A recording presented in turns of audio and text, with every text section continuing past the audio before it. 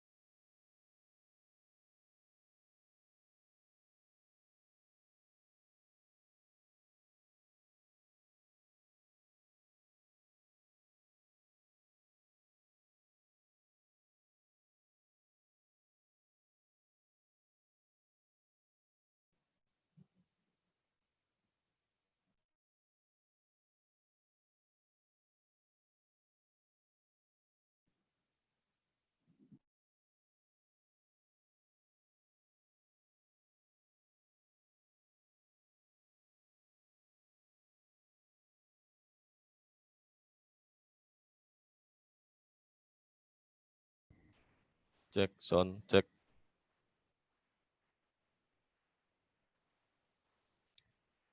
Halo, bisa dengar saya nggih? Bisa. Ya, dengar. Bisa, Pak.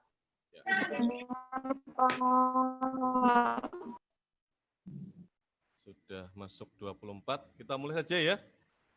Nanti sambil yang lain join ya.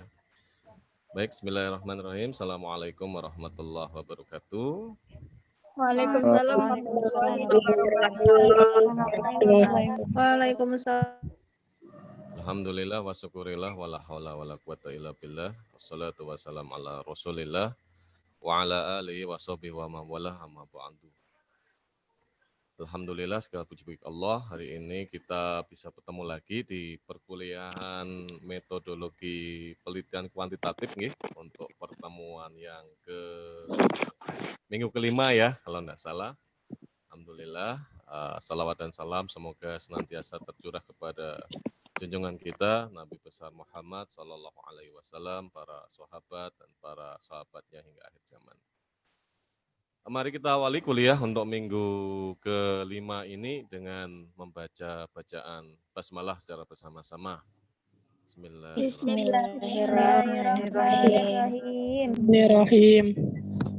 Minggu kemarin kita bersama-sama belajar tentang skala-skala pengukuran ya, skala-skala pengukuran yang kemudian bukan skala pengukuran ya, tetapi data ya, jenis-jenis data yang biasa kita gunakan atau biasa kita kumpulkan nanti setelah kita analisis dengan menggunakan pendekatan penelitian kuantitatif. Nah, yang hari ini, minggu ini, kuliah kelima lebih detail lagi ya. Kalau kemarin jenis datanya, nanti ke teknik skala pengukurannya. Jadi di dalam data itu kemudian ada skala-skala penelitian yang kemudian harus kita pahami ya, karena hubungannya nanti dengan teknik atau cara menganalisisnya.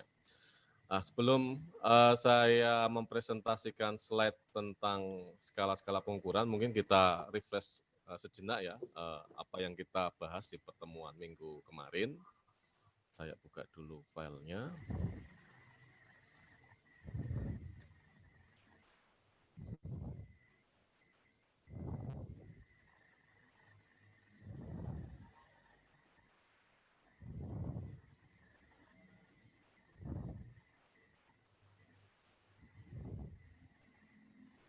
Nah, mana ini? Inikah? Nah ya, ini ya, benar ya. Oke, jadi saya ulang kembali ya. Jadi ketika kita melakukan sebuah penelitian dengan pendekatan kuantitatif, maka kemudian kita akan berhadapan dengan data ya yang sifatnya kuantitatif juga. Walaupun untuk penelitian-penelitian dengan subjek manusia ya, subjek manusia. Jadi penelitian kuantitatif itu ada dua macam nanti. Yang pertama adalah subjeknya non manusia, itu relatif lebih mudah ya, karena sangat objektif sekali ya, dengan tumbuh-tumbuhan, dengan alam gitu ya. Kita sebagai peneliti bisa langsung memperoleh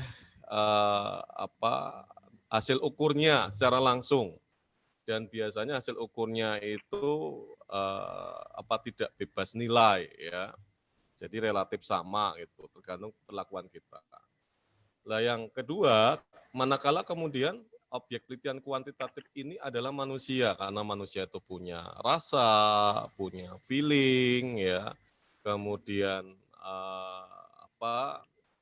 ya tergantung dari suasana hati. Kadang-kadang kemudian ukuran-ukuran yang kita peroleh itu ketika kita ukur di suasana hati yang gembira dengan suasana hati yang lagi sedih, itu kadang-kadang menghasilkan ukuran yang berbeda. Nah ini yang kemudian kita sebut sebagai tidak bebas nilai ya, tergantung dari pendekatan atau cara bagaimana si peneliti itu untuk mengambil datanya.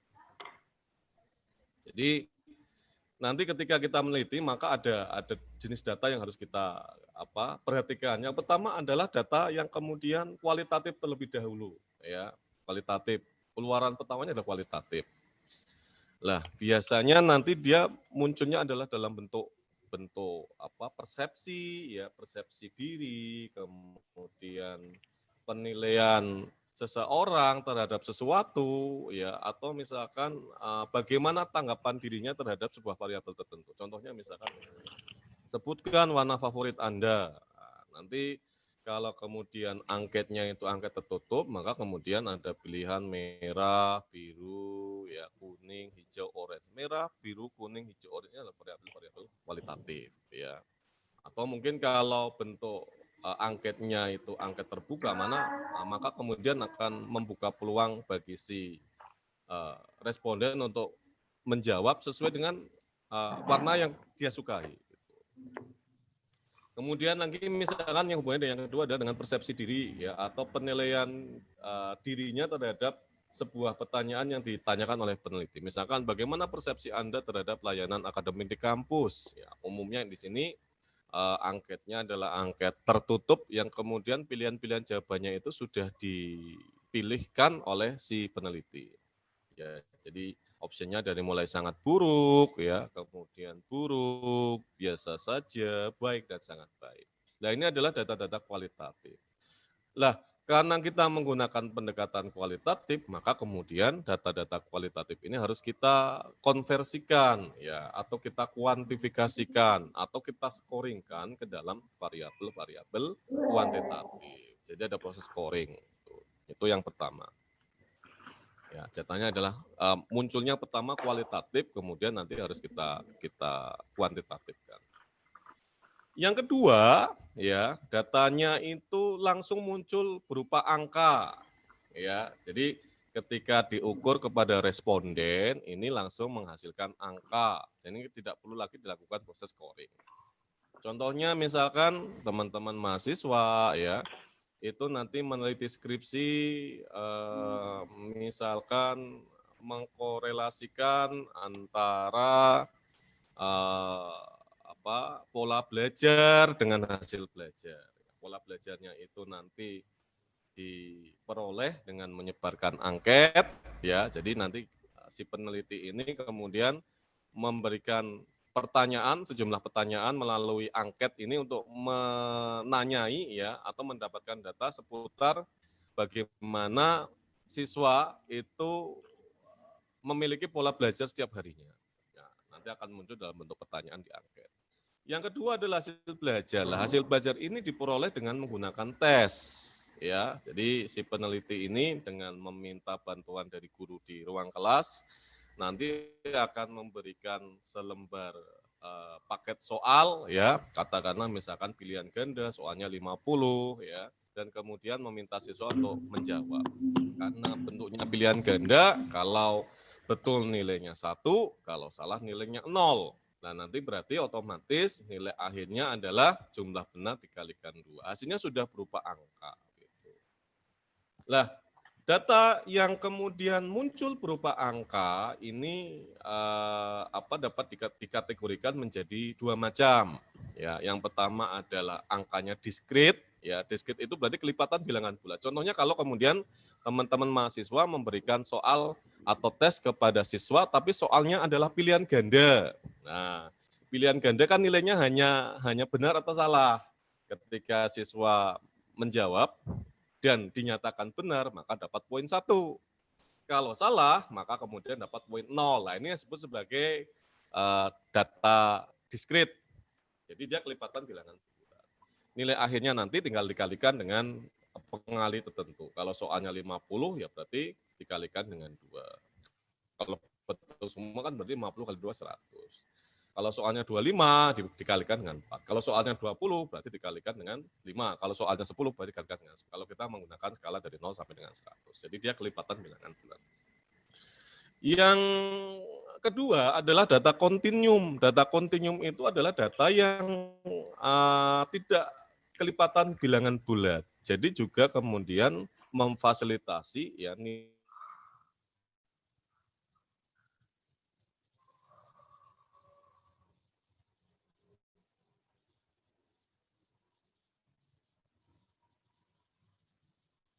tentu ya antara rentang bilangan siswa misalkan memberikan soal dalam bentuk soal isai ya.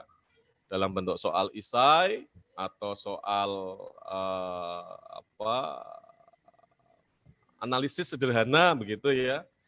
Nah, biasanya nanti kemudian si guru ini punya rentang tertentu ya terhadap nilainya ya. Misalkan soalnya itu seperti misalkan ketika dosen memberikan ujian akhir semester kan biasanya kebanyakan mayoritas itu memberikan ujian dalam bentuk analisis. Soalnya 4. Berarti kalau full penuh ya, penuh itu nanti nilainya 25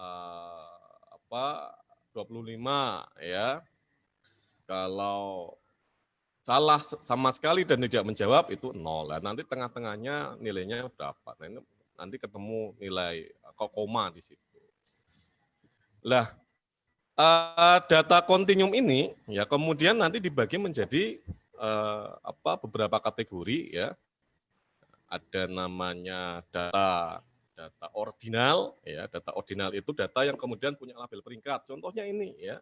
Contohnya misalkan ya, ketika kita men-scoring skala persepsi ini ya, dari mulai persepsi sangat buruk sampai dengan persepsi sangat baik. Ya. Contoh pertanyaannya, bagaimana persepsi Anda terhadap layanan akademik di kampus? Gitu ya. Nah, opsinya itu dari mulai sangat buruk, ya buruk, biasa saja, baik, sangat baik, dan seterusnya. Ini namanya adalah skala ordinal. Sangat buruk kita kasih grade 1. Ya, buruk kita kasih grade 2. Buruk itu 1 tingkat di atas sangat buruk. Ya, kemudian biasa saja itu kita beri skor 3. Ya, biasa saja itu 1 grade di atas buruk dan seterusnya sampai dengan sangat baik. Gitu. Itu yang skala ordinal. Berikutnya adalah skala interval. Skala interval. Skala interval dengan skala rasio itu mirip ya. Hanya bedanya itu kemudian kalau skala interval itu tidak memiliki nilai 0 ya, tidak memiliki nilai 0 mutlak atau absolut. Sementara kalau data rasio itu memiliki nilai 0 mutlak atau absolut. Sebagai contoh kasusnya seperti ini ya.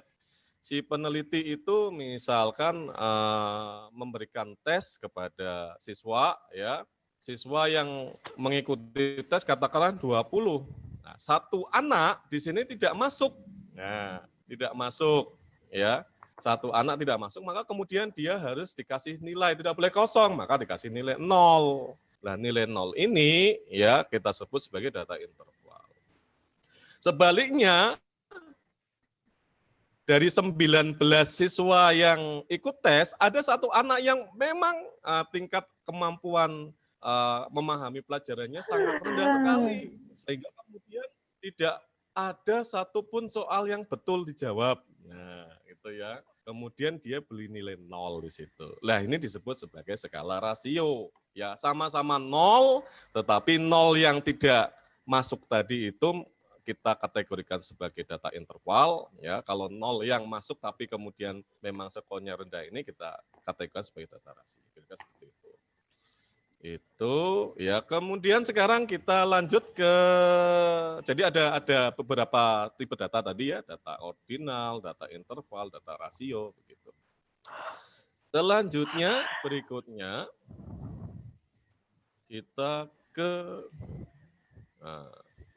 kita ke subtema berikutnya ya, tentang mengenal ya.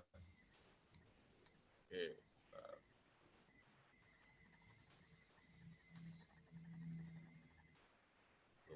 Keluar.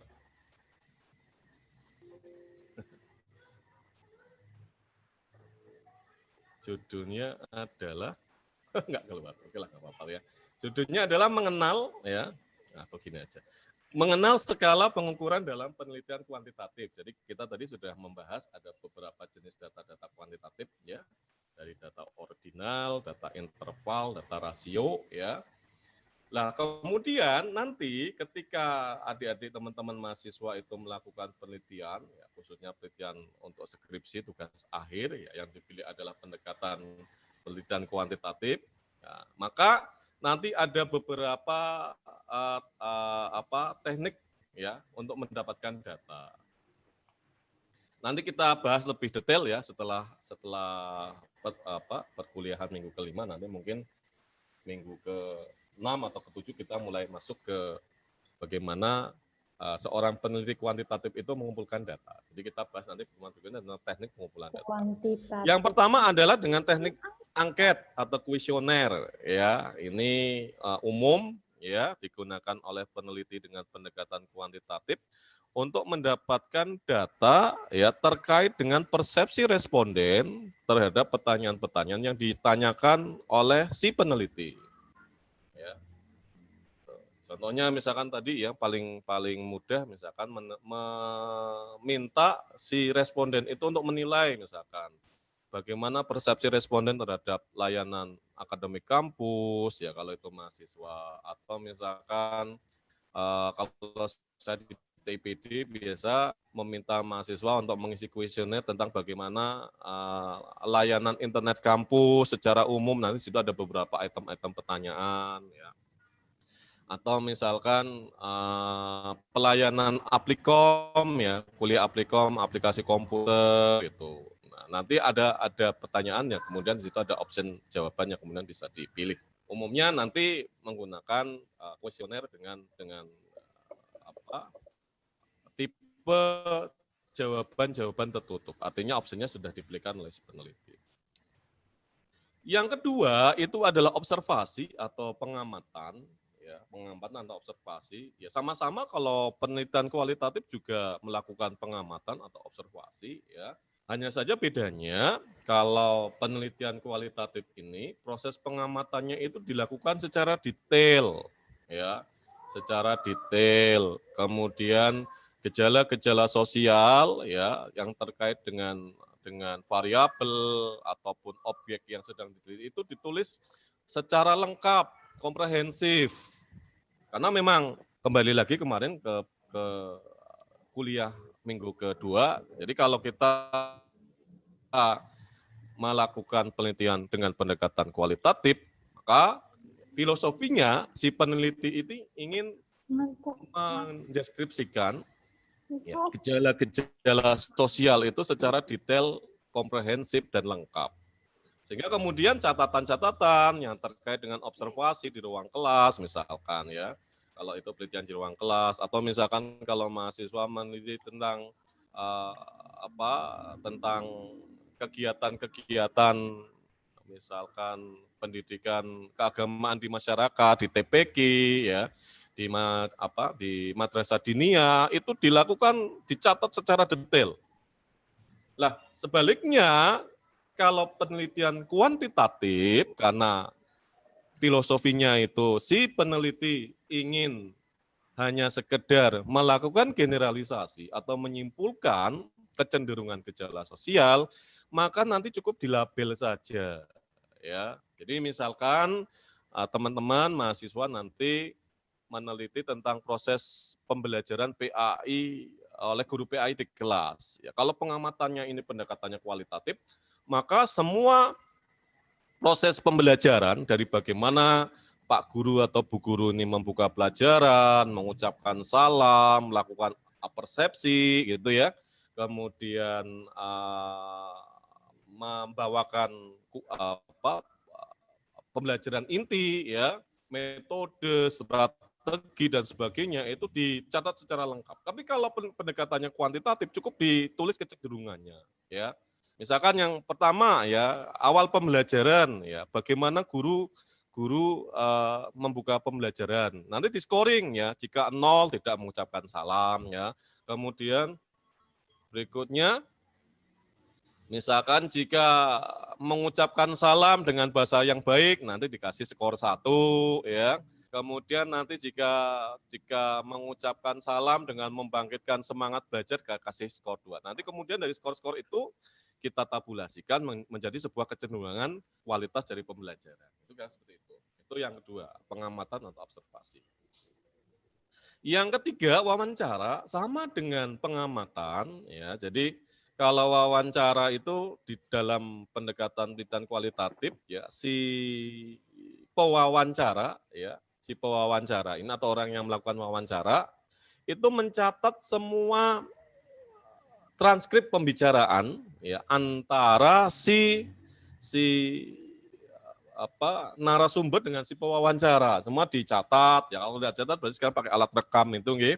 Nah, nanti kemudian digambarkan secara detail. Tapi kalau pendekatannya kuantitatif nanti cukup diukur kecenderungannya saja. Itu bedanya itu. Kemudian tes ya. Tes ini memberikan soal kepada responden untuk mengetahui tingkat penguasaan responden terhadap kompetensi tertentu. Ya, misalkan tes kemampuan BTA, kemampuan PPI, ya praktek pengamalan ibadah, kemampuan misalkan keterampilan siswa, ya siswa kalau misalkan misalkan keterampilan siswa dalam menulis huruf Arab, ya keterampilan sosial siswa dalam misalkan menghafal surat-surat pendek, keterampilan siswa untuk menerjemahkan isi dari surat-surat pendek dan sebagainya. Itu bisa lewat tes. Nah, mengapa ada pengukuran? Ya, mengapa ada pengukuran? Karena penelitian kuantitatif merupakan sistem kuantifikasi variabel dan informasi sosial. Ya, jadi bedanya kalau kualitatif itu adalah menggambarkan gejala sosial secara detail dan komprehensif, tapi kalau penelitian kuantitatif itu ya suatu proses untuk kuantifikasi generalisasi variabel dan informasi sosial.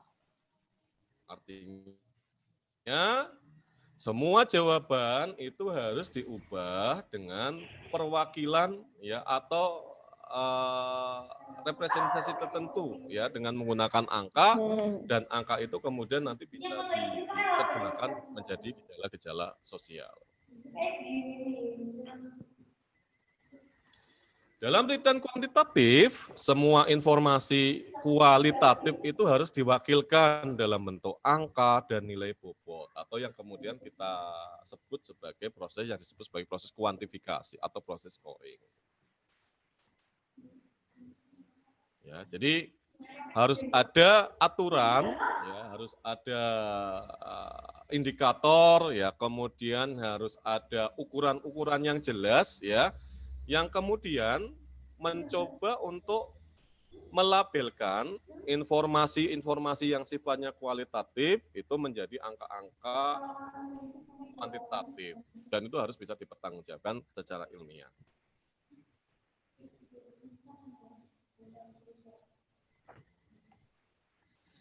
Kemudian labelisasi, ya.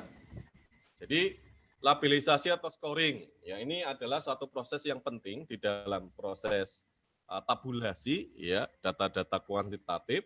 Jadi labelisasi, ya atau scoring itu adalah proses pemberian label atau pemberian skor, ya, dan pembobotan pada jawaban-jawaban responden yang diperoleh.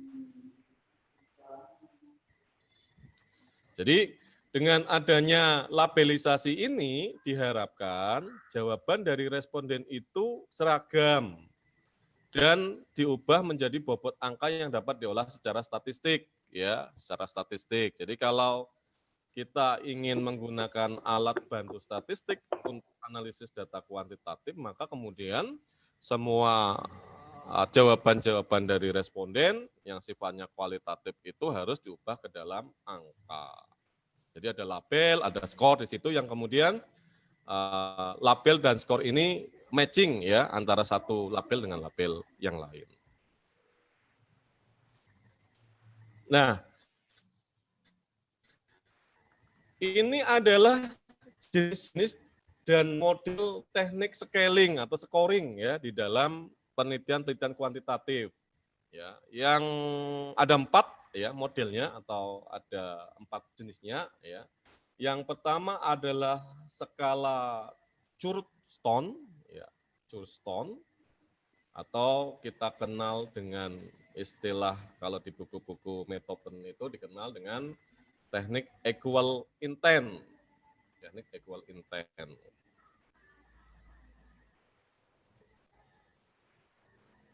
Kemudian yang kedua itu ada yang disebut sebagai skala Goodman, ya, skala Goodman.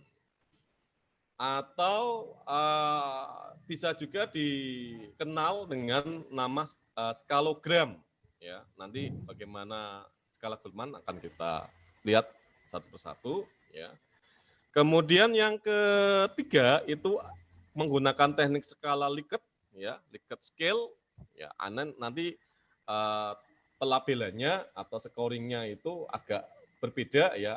Jadi ada dua tren persepsi positif dan tren persepsi negatif. Jadi nanti teknik scalingnya itu berbanding terbalik antara yang skala positif dengan skala negatif. Kemudian ada namanya skala semantik diferensial, ya, yang kemudian nanti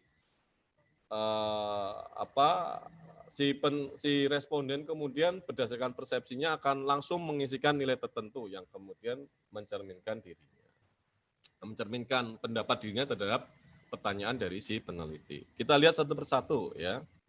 Kita lihat satu persatu. Yang pertama adalah skala Churchstone atau equal intent. Ya. Skala ini, ya, memberikan bobot langsung terhadap pertanyaan yang ada dengan nilai mengikuti means yang ada. Ya, biasanya penilaiannya hingga bobot 100. Nah, itu skala yang memberikan bobot langsung terhadap pertanyaan yang ada dengan nilai mengikuti means yang ada atau nilai rata yang ada. Biasa penelitiannya rentangnya hingga bobot 100. Ya. Contohnya, ya, contohnya di sini, ya. Apakah siswa, ya, telah melampaui nilai KKM, ya? Lah, pilihan jawabannya itu hanya ada 2, itu, ya. Skala KKM-nya itu misalkan 70, ya, nilai KKM-nya bukan skalanya, nilai KKM-nya 70. Jadi kalau siswa dapat nilai 71, 80, 90, bahkan 100, 95 itu masuk kategori A. Itu, ya. Jadi dia tidak kemudian secara detail melihat satu persatu. Ya, pokoknya kalau lebih dari 70, ya. 70 ke atas, ya, berarti termasuk 70 ke atas itu dia masuk kategori A. Jika kemudian, ya, siswa itu kemudian nilainya kurang dari 70, maka dia masuk ke jawaban B, skornya 1 misalkan, atau skornya 0 itu, ya. Jadi nanti di sini kalau ya itu nanti akan diwakili dengan angka 1 ya. Kemudian kalau 0 itu nanti diwakili dengan angka kalau tidak ya itu akan diwakili dengan angka 0. Ini biasanya skalanya 100 ya. Jadi ada threshold atau ada batas tertentu yang kemudian menjadi batas antara pilihan 1 dengan pilihan 2. Ini yang pertama, skala Thurston atau equal intent. Ya, biasanya ada parameter angka di situ yang menjadi batas ya. Misalkan tadi KKM ya. Kemudian misalkan ketika dosen itu memberikan ujian akhir pada mahasiswa ya. Apakah mahasiswa lulus pada mata kuliah Anda? Nah, itu nggih. Nah, kalau lulus itu kan nilainya C- ke atas ya. C- nggak lulus ya, berarti C ke atas ya. C ke atas itu kalau nggak salah poinnya berapa? 56 ke atas. Baik yang dapat nilai 80, baik yang dapat nilai 90, baik yang dapat nilai 56, 60, 65 itu masuk kategori lulus ya. Nanti dilabel dengan 1. Sementara yang hanya dapat poin 30, 40, 50, 55 ya berapapun nilainya dia masuk ke kategori tidak lulus. Ini skala Thurston. Itu yang pertama. Kemudian yang kedua itu adalah skala Goodman. Skala Goodman atau skalogram atau orang bisa mengatakan sebagai skala biner ya. Jadi penilaian dengan membuat ranking terhadap jawaban responden dengan pilihan ya atau tidak. Ya atau tidak. Itu. Kalau ya itu nanti di dalam tabulasi angkanya diwakili dengan 1 ya. Kalau tidak misalkan diwakili dengan angka 0. Ya. Kemudian data yang dihasilkan itu umumnya adalah data rasio, ya rasio karena rasio berarti tidak ada angka 0 mutlak di situ ya, ada angka 0 mutlak. Jadi 0 itu menggambarkan jawaban responden terhadap suatu pilihan, gitu. Ya 0 itu bukan responden tidak memilih, begitu. 0 itu ya responden memilih tapi jawabannya tidak. Ini yang disebut sebagai data rasio. Contohnya misalkan ya. Peneliti ya misalkan membagikan angket kepada siswa ya yang ingin misalkan menilai karakter ya, menilai kebiasaan ibadah siswa di rumah, nanti misalkan dengan menggunakan kuesioner ya. Di dalam kuesioner ini diwanti-wanti tolong adik-adik ya, Pak Guru ingin melihat bagaimana pengamalanmu ya. Pengamalan ibadahmu di rumah tolong dijawab dengan jujur. Ya, tidak usah berbohong. Pertanyaan pertama, apakah anak-anak melaksanakan sholat 5 waktu setiap hari? Nah, jawabannya hanya 2. Ya, iya, tidak. Nah, ya, kalau sholatnya lengkap bolong-bolong, sholatnya lengkap tidak bolong-bolong berarti dia masuk kategori ya. Kalau sholat tetapi tidak bolong-bolong, ya balik ya. Kalau sholat tidak bolong-bolong, ya sholat lengkap 5 waktu, dia berarti masuk kategori ya mengamalkan.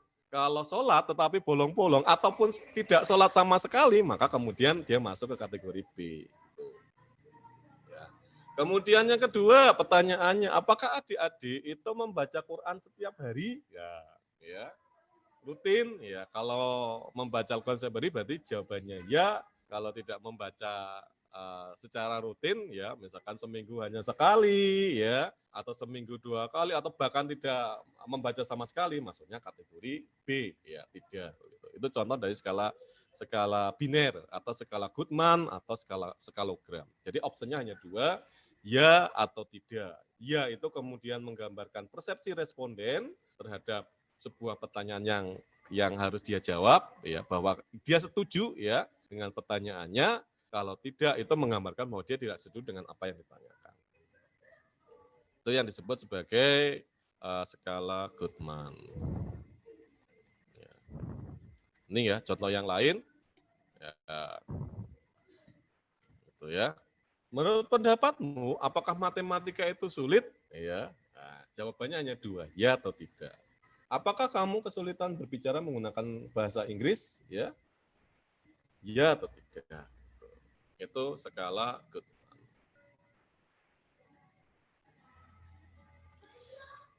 Yang ketiga itu adalah skala Likert. Nah, skala Likert ini nanti ada dua macam, ada skala Likert positif, ada skala Likert negatif. Ya, apa itu skala Likert? Nah, skala Likert ini juga disebut sebagai stimulated rating approach. Ya, jadi nanti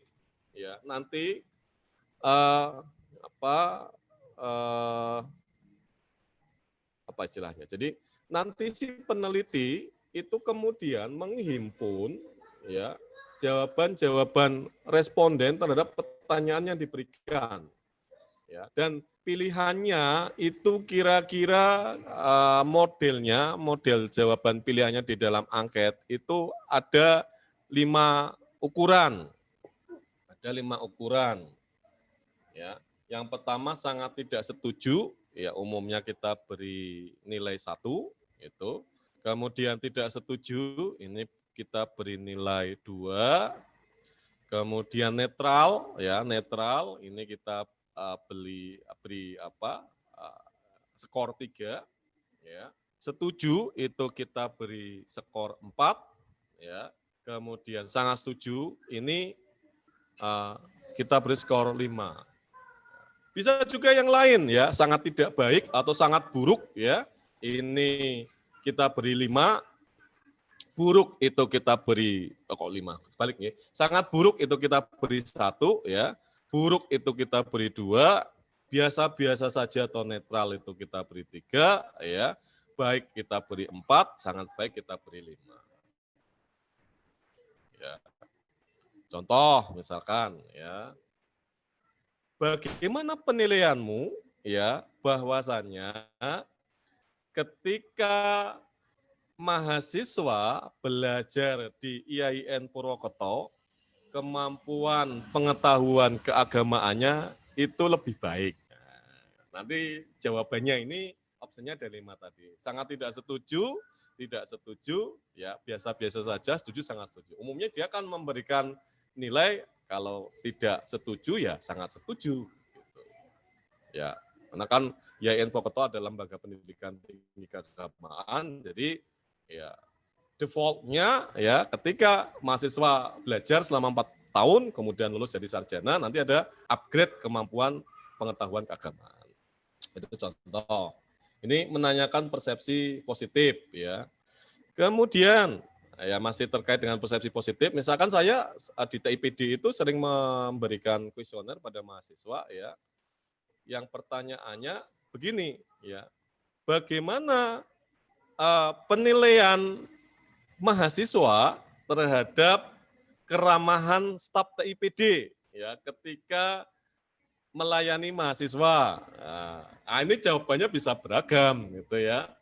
Nah, pilihan jawabannya sangat tidak ramah, ya. Yang kedua tidak ramah, yang ketiga ya biasa-biasa saja atau standar-standar saja, yang keempat itu ramah, yang kelima sangat ramah. Nah, kalau sangat tidak ramah kita kasih skor 1, kemudian tidak ramah kita beri skor 2, biasa saja kita beri skor 3, ya.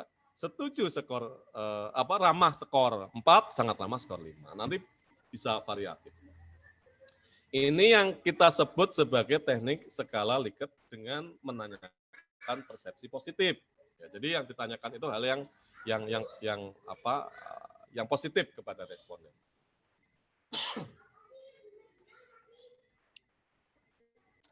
Yang kedua, ya. Nah, yang kedua adalah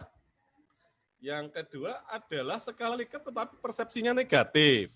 Ya, jadi menanyakan hal-hal yang negatif kepada responden. Ini, kalau skala negatif itu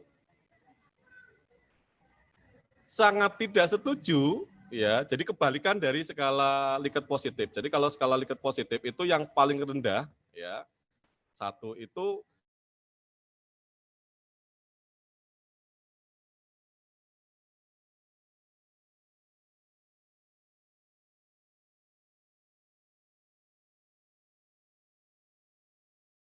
sangat tidak setuju atau sangat baik.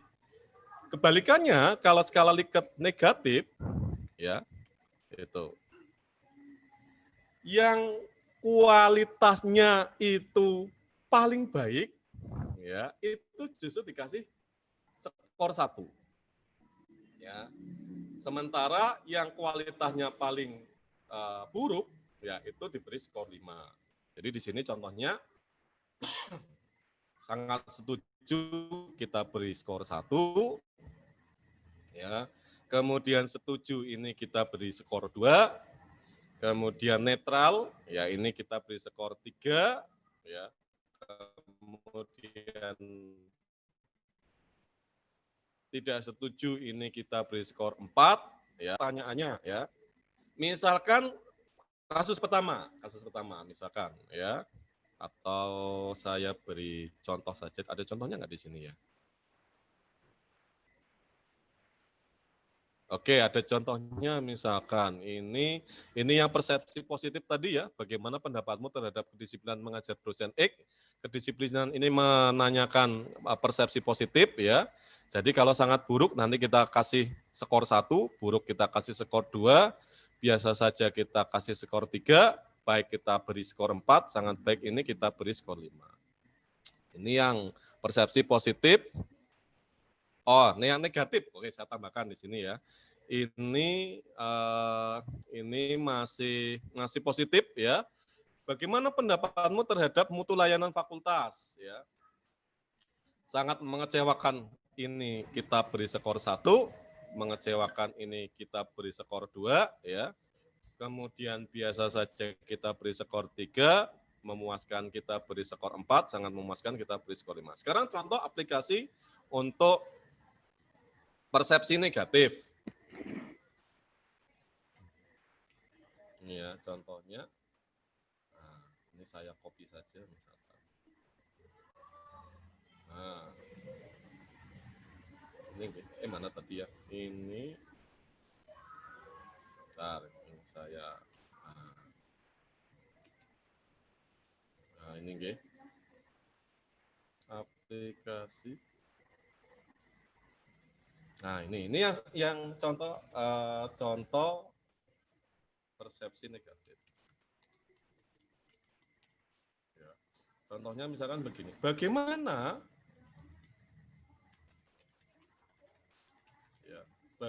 pendapatmu tentang hal-hal yang menanyakan tentang hal-hal yang negatif, ya. Bagaimana pendapatmu tentang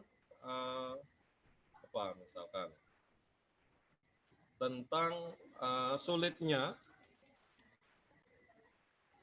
ya, dosen ditemui atau tentang kesulitan mahasiswa menemui dosen.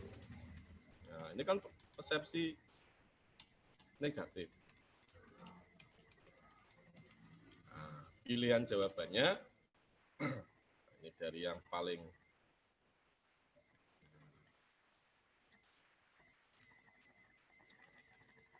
sangat, atau pertanyaannya biar tidak bingung, bagaimana pendapatmu?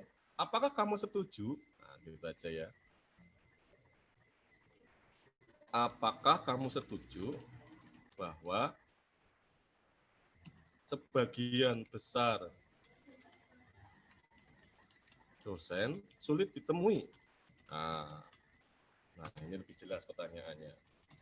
Nah, ini sangat setuju, ya, setuju, ya, netral atau tidak berkomentar, atau tidak berkomentar. Kemudian ini tidak setuju, ya, ini sangat tidak setuju. Karena ini persepsi negatif, ya, ini kalau sangat tidak setuju, ini justru kita beri skor 5. Kemudian tidak setuju ini kita beri skor 4. Netral tetap sama, skor 3. Ya, kalau setuju ini skornya 2. Kalau sangat setuju ini skornya 1. Dibalik, ya. Jadi kalau persepsi negatif itu justru yang kualitasnya paling buruk ya, itu kita beri skor 5. Sangat tidak setuju. Supaya nanti ketika ditabulasi itu bisa dipadukan dengan yang skala positif. Contoh lagi. Nah, contoh lagi misalkan contoh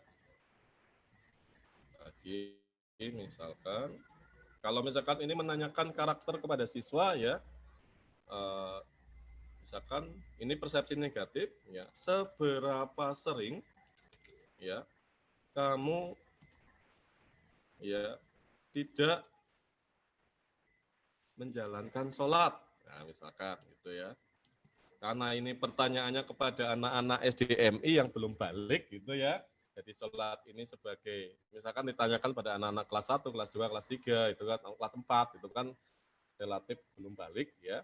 Jadi kadang-kadang sebagai bagian dari pendidikan ada anak-anak lupa sholat atau sengaja tidak sholat. Ini kan menanyakan persepsi negatif.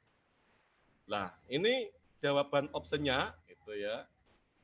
Opsinya itu misalkan selalu. Ya, kemudian selalu ya, kemudian paling banyak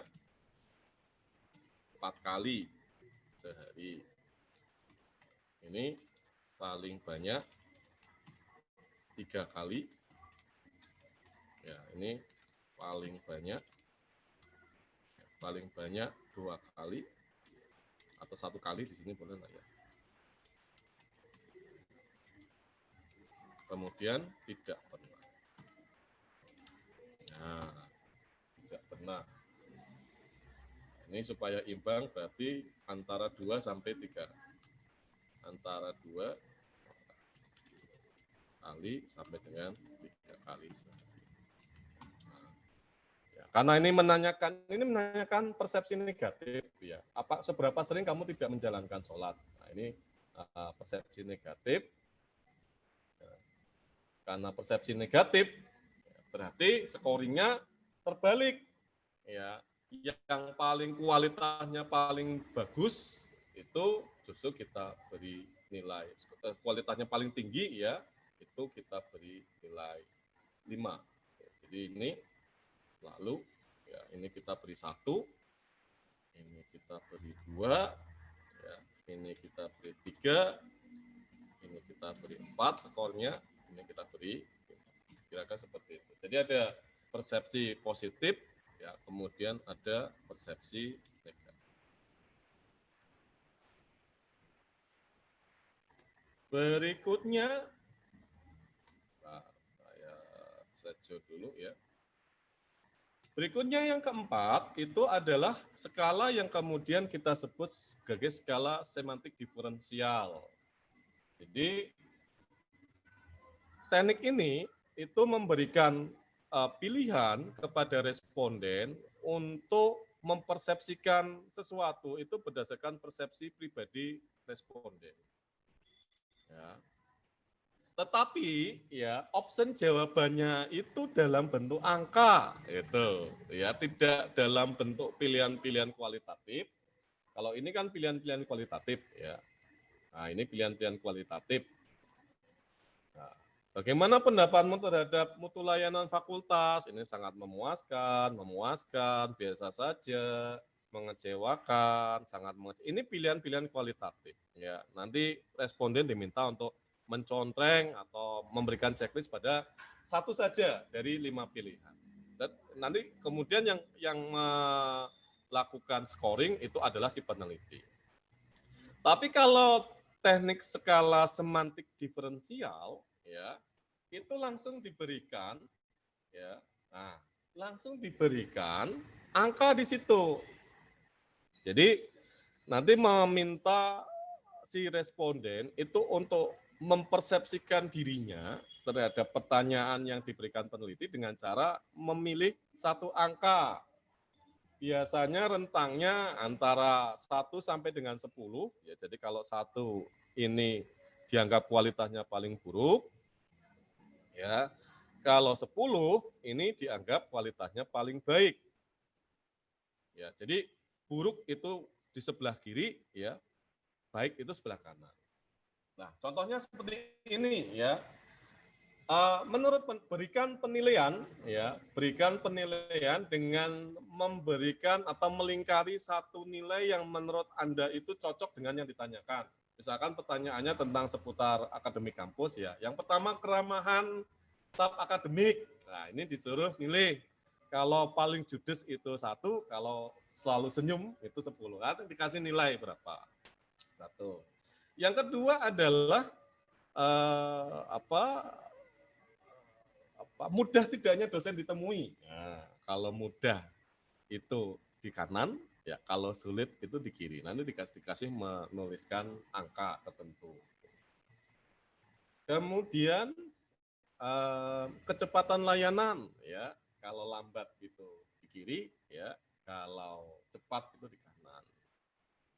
Kemudian kualitas layanan perkuliahan, ya kalau buruk itu di kiri, kalau baik itu di kanan.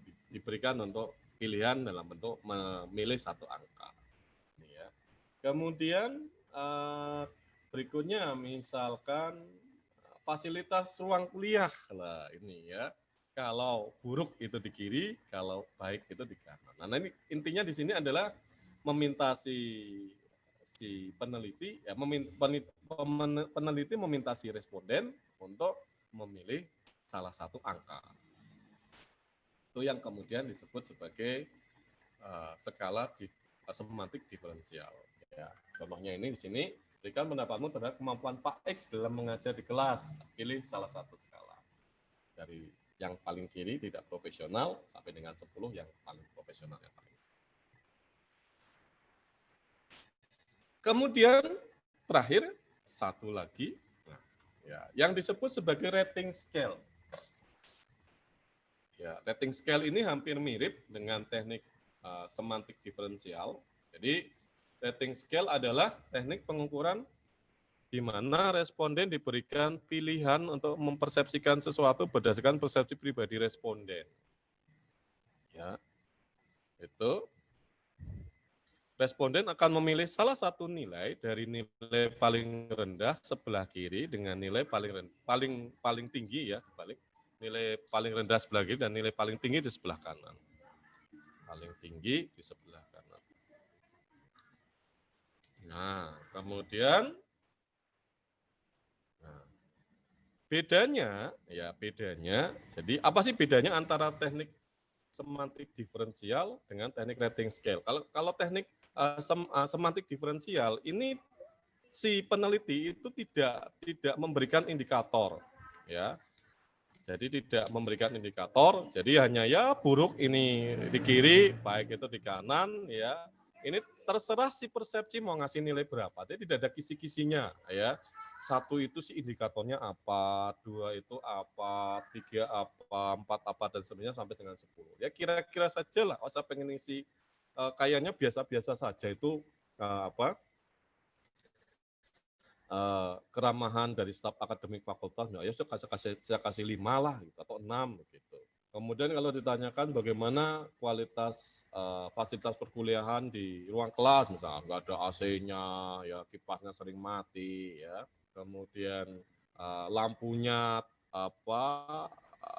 gelap, itu blackboard-nya kemudian tidak bersih. Ini saya mau kasih nilai berapa ya? Nggak ada indikatornya. Udahlah saya kasih nilai 3 misalkan. Itu jadi bebas ya, tergantung dari persepsi si responden.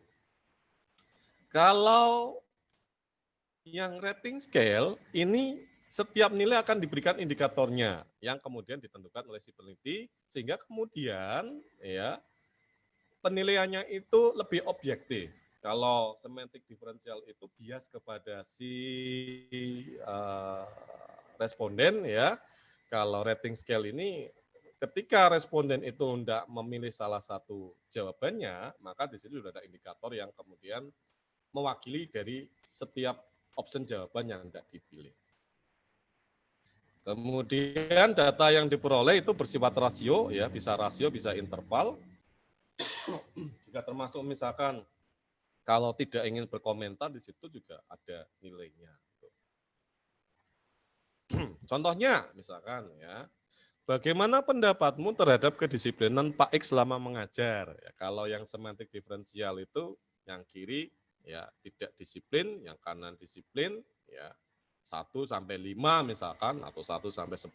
Kalau yang rating scale-nya diberikan pilihan. 1 tidak disiplin, ya, selalu terlambat dan lebih dari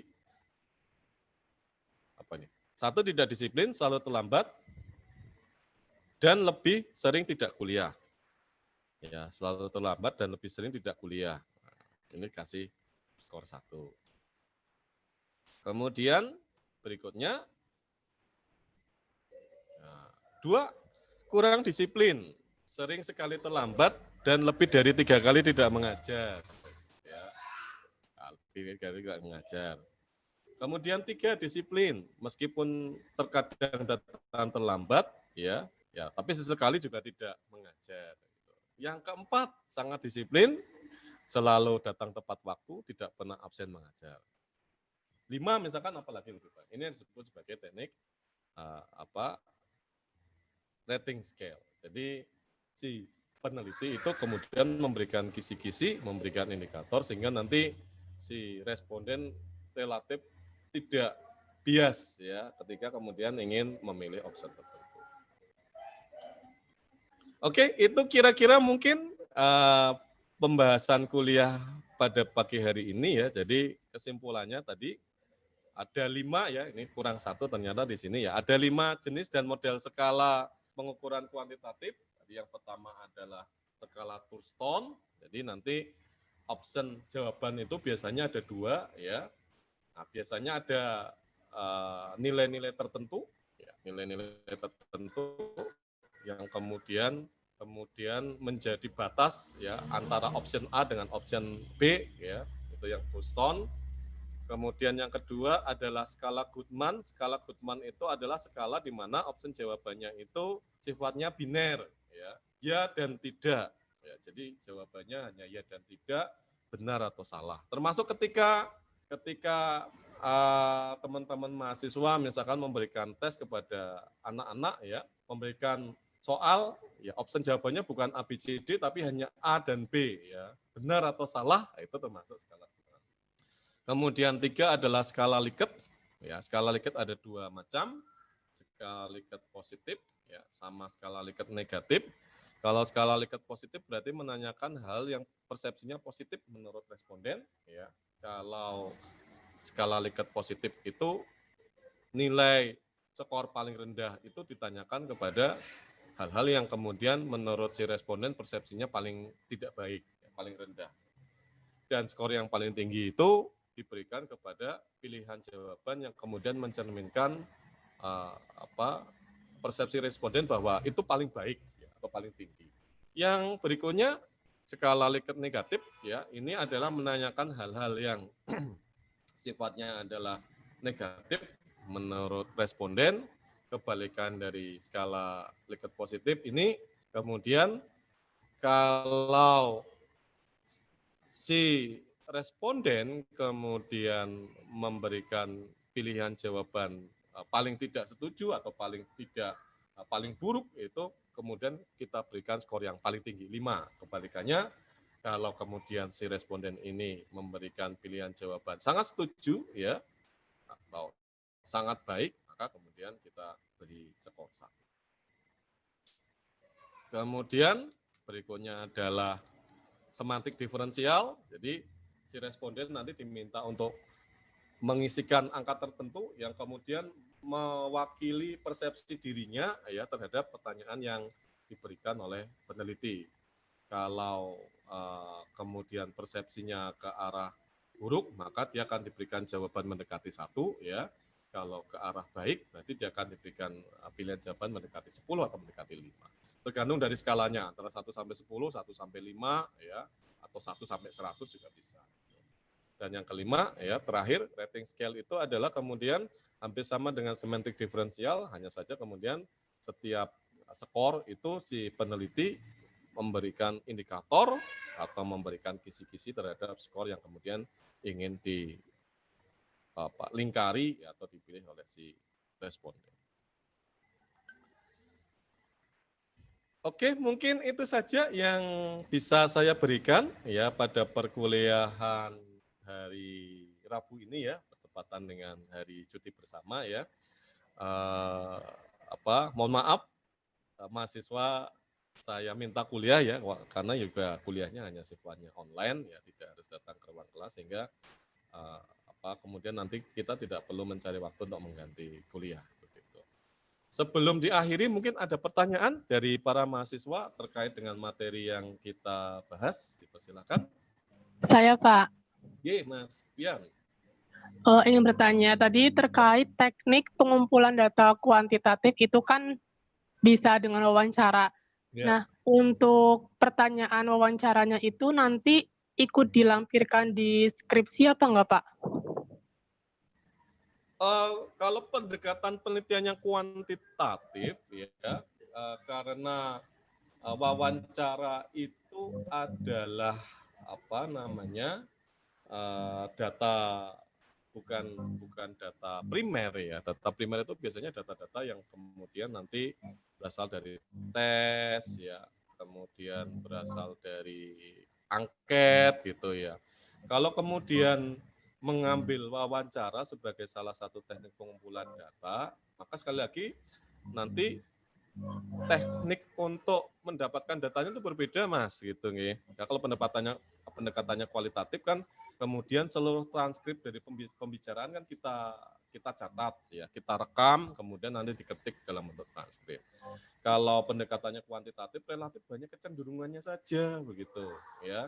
Jadi kalau mau dilampirkan,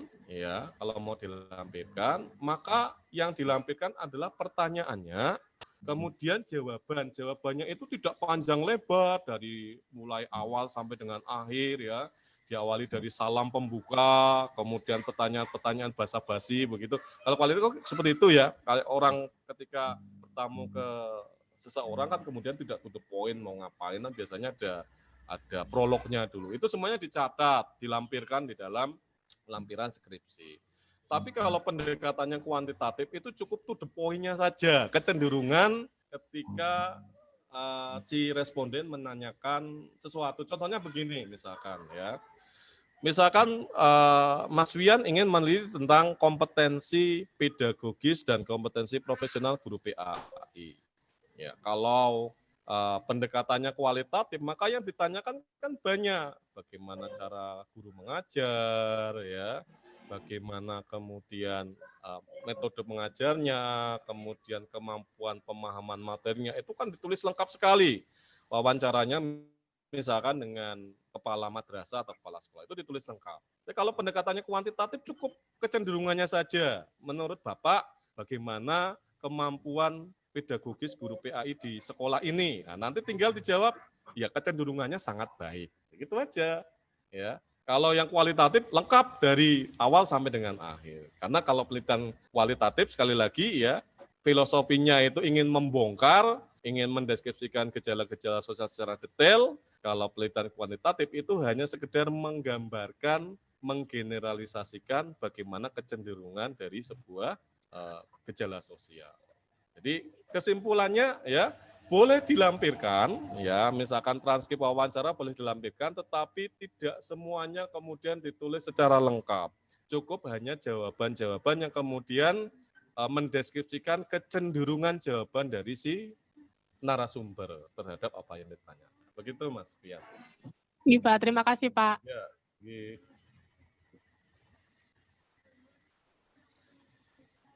Ada lagi Mbak Penita, barangkali ingin bertanya?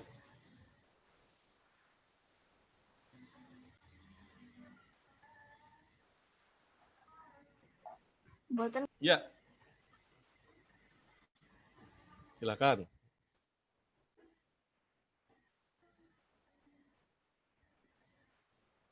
Pak, ingin bertanya lagi. Iya, boleh. Vian kan baca di bukunya Pak Sugiono, itu ada di pengumpulan data kuantitatif itu ada teknik ex post facto. Itu sih teknik yang seperti apa, Pak? Teknik ex post facto. Teknik ex post facto itu teknik untuk, kalau tidak salah ya, saya juga lama tidak update bukunya Pak Sugiono ya. jarang baca yang bukunya itu. Kalau tidak salah ya nanti bisa dicek kembali. Teknik ekspos fakto itu adalah teknik untuk mengekspos fakta-fakta fakta-fakta yang terkait dengan variabel atau gejala sosial yang ingin dideskripsikan oleh si peneliti. Nah, contohnya tadi kembali lagi contoh yang saya berikan tadi ya. Mas Fian atau mahasiswa misalkan ingin mendeskripsikan secara kuantitatif ya bagaimana mutu ya kompetensi pedagogis, kompetensi profesional guru PAI di sebuah madrasah. Nah, kebetulan guru PAI-nya di sebuah madrasah ya misalkan ini di MTS itu ada 3 misalkan. Ya semuanya harus diteliti semua 3 orang ini ya. Nah, teknik ekspos fakto ini adalah teknik untuk mendeskripsikan ya secara detail hal-hal yang berkaitan dengan kompetensi pedagogik dan kompetensi profesional dari guru PAI yang ingin diteliti. Jadi caranya sama teknik pengambilan datanya ya. Yang pertama kita mungkin menyebarkan angket ya diminta nanti 3 guru PAI itu mengisi data menanyakan hal-hal yang berhubungan dengan kompetensi pedagogi dan kompetensi profesional pada dirinya. Tapi kan tidak cukup ya, karena misalkan kalau kita ingin menanyakan kompetensi pedagogis dan kompetensi profesional dengan cara meminta guru PAI kemudian mengisikan kuesioner, kadang-kadang jawabannya itu tidak jujur.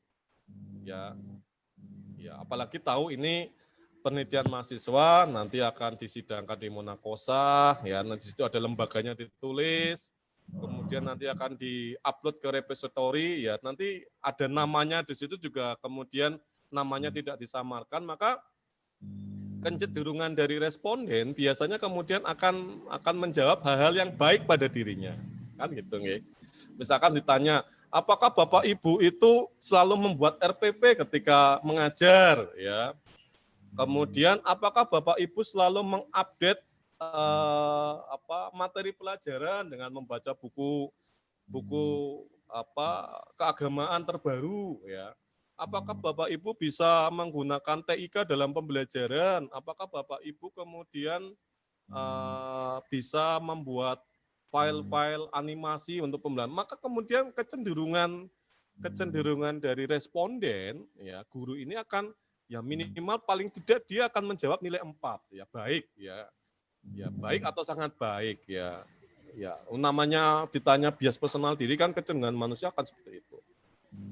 Nah, maka kemudian untuk cross check ya si peneliti ini perlu kemudian melakukan cross check data ya dengan cara ya duduk di kelas ya. Jadi ada teknik penggalian data yang kedua ini disebut sebagai teknik observasi ya.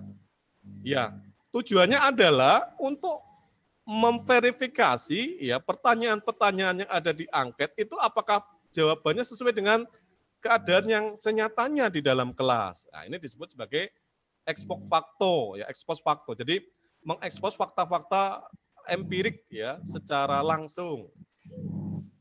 Atau kemudian manakala tidak diperbolehkan, Bu, boleh nggak saya duduk di ruang kelas? Aduh, nggak boleh loh Mas, gitu. Kayaknya akan mengganggu mengganggu pembelajaran dan lain-lain. Intinya nggak diperbolehkan duduk di kelas.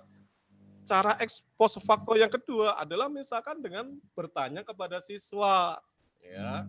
Jadi satu kelas misalkan ada 50 siswa kan tidak semuanya kemudian didatangi ya.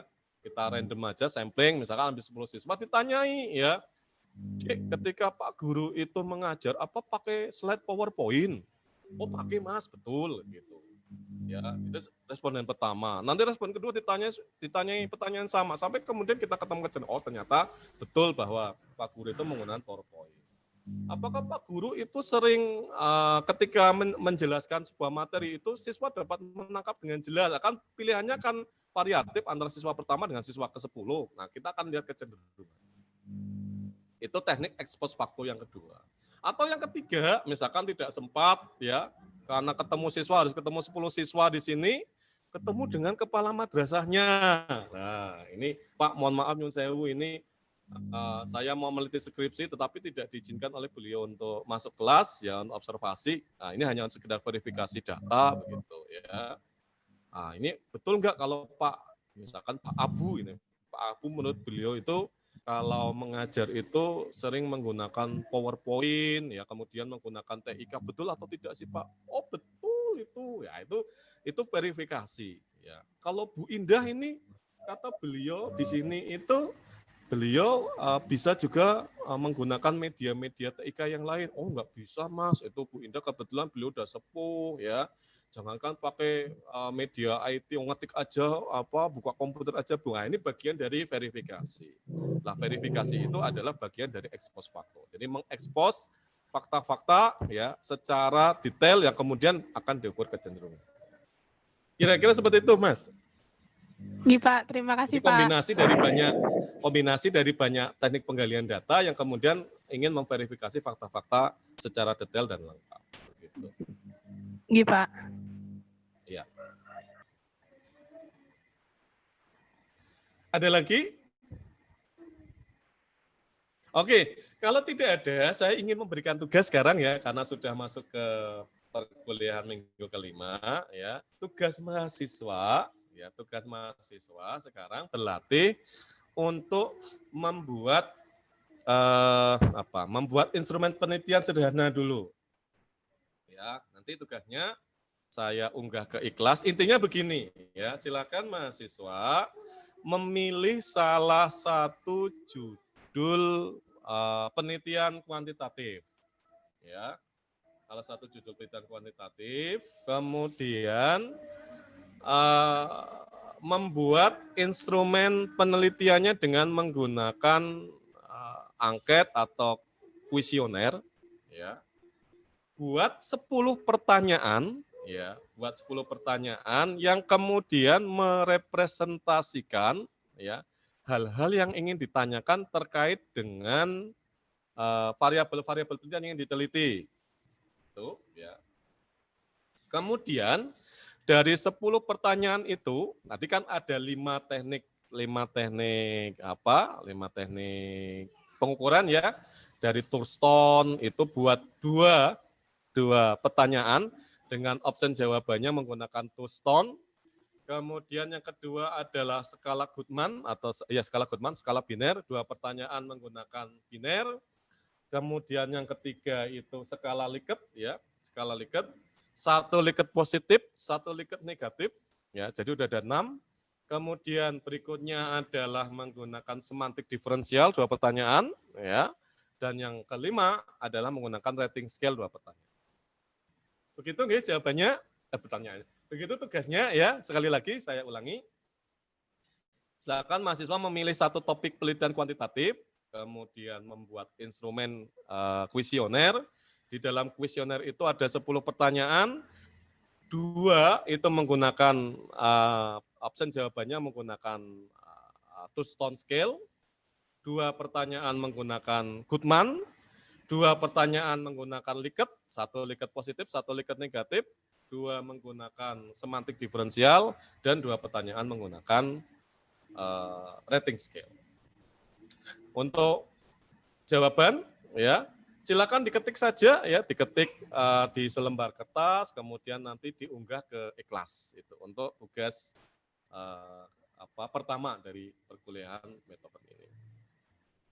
Begitu nggih? Ada yang ingin ditanyakan seputar tugas?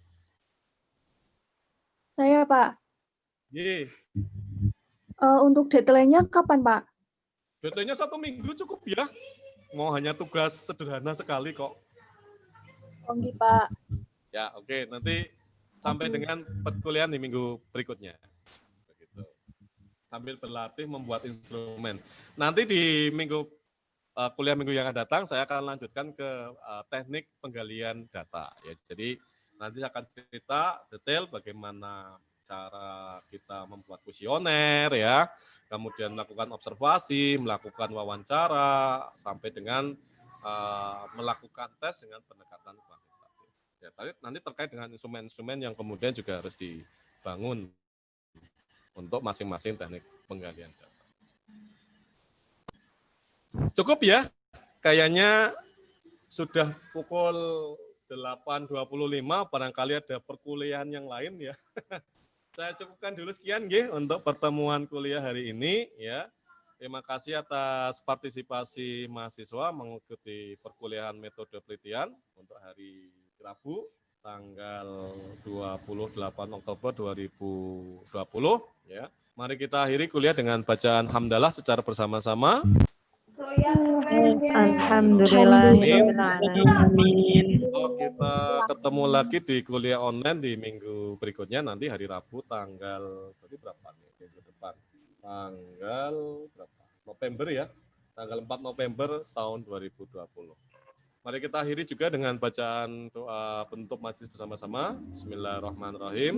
Subhanakallahumma